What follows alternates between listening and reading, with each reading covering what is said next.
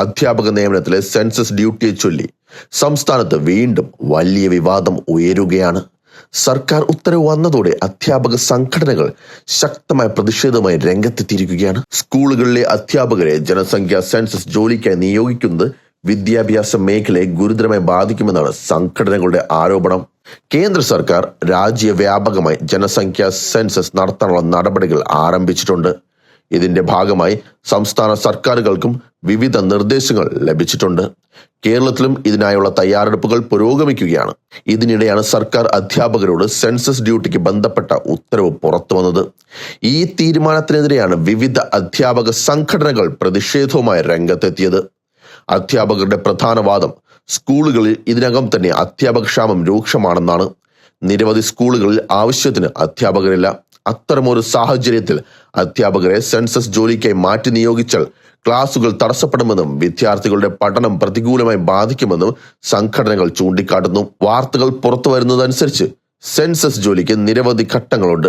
പരിശീലനം, വീടുകൾ സന്ദർശിച്ച് വിവരശേഖരണം, ഡാറ്റ പരിശോധിക്കൽ, റിപ്പോർട്ട് തയ്യാറാക്കൽ തുടങ്ങിയ ദീർഘകാലം നീളുന്ന പ്രവർത്തനങ്ങളാണ് ഇതിൽ ഉൾപ്പെടുന്നത്. ഇതെല്ലാം നടക്കുമ്പോൾ അധ്യാപകർക്ക് സ്ഥിരമായി സ്കൂളുകൾ തുടരാൻ കഴിയാത്ത സാഹചര്യമുണ്ടെന്നും അതുവഴി ക്ലാസ് മുറികളിലെ പഠനം താളം തെറ്റുമെന്നും സംഘടനകൾ മുന്നറിയിപ്പ് നൽകുന്നു.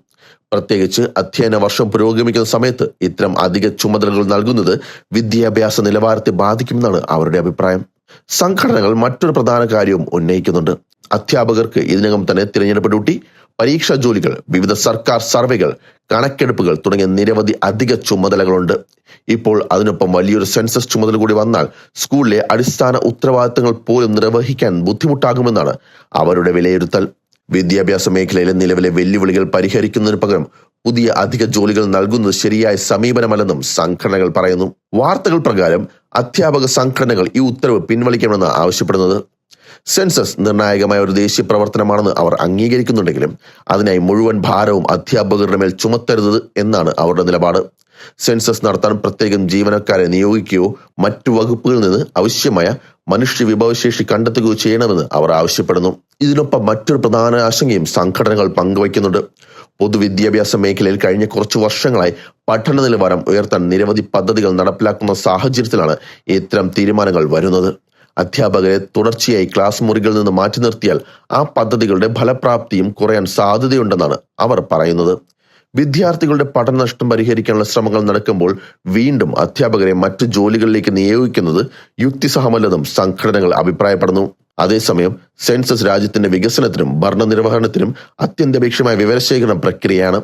ജനസംഖ്യ, താമസരീതി, സാമൂഹിക സാമ്പത്തിക വിവരങ്ങൾ എന്നിവ അടിസ്ഥാനമാക്കി സർക്കാർ വിവിധ ക്ഷേമ പദ്ധതികളും വികസന പദ്ധതികളും ആസൂത്രണം ചെയ്യുന്നു.